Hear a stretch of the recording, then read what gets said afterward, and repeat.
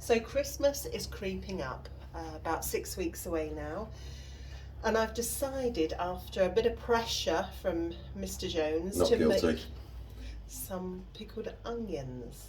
Now, the ones we've tasted we bought from Shrewsbury, and they were hand done, and they were made with sherry, and they were big pickled onions, which are the ones we like. Now, I bought a sack of 5 kilograms of pickling onions, but these are quite big ones, as you can see, from the farm shop in Manitho.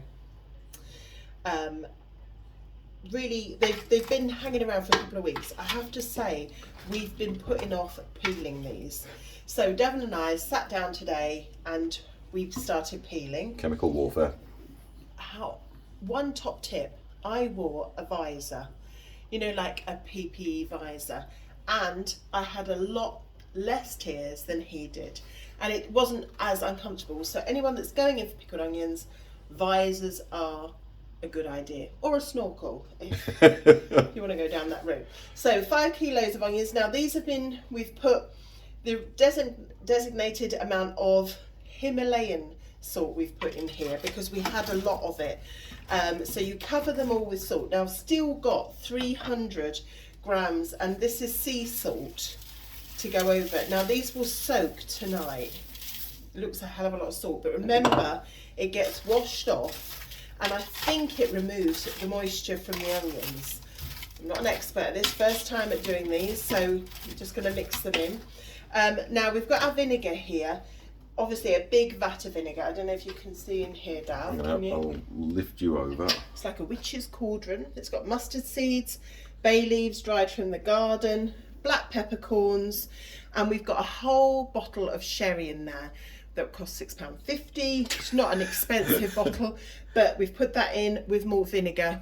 No salt in here. Now this gets heated tonight, and then you leave it overnight, and all the spices go into the vinegar, and then you bottle tomorrow. So this isn't something you can do in a day. So you get your onions ready, you leave them in salt overnight, you then rinse. You do your vinegar tonight, then you leave that overnight and let all those lovely spices go into the cooling. Oh, you still got vinegar. to add your coriander seeds. Oh yes. Now we've just been over to Mum's to get some coriander seeds because we didn't have any. So this is part of the recipe. 2, 3, 4, 5, 6. Now the reason I've got so many in here is obviously we're doing 5 kilos. So we've upped our ingredients accordingly, but you can not make this many. You can just make a few if you want. But for me, if we're going to be making, we might as well do it in a big way, and then I can give them away as some gifts. Blow your head off onions. I haven't actually put any chilli in this because we did do chilli. We did do them one year, years ago, and they were too hot. They were literally too hot because obviously the chilli seems to get hotter over time, and It did feel like you were having a stroke when you bit into them. so we're going for quite mild. Oh, the other thing I've put into here is light brown sugar rather than granulated sugar, because I think it'll give it a much deeper, nicer taste.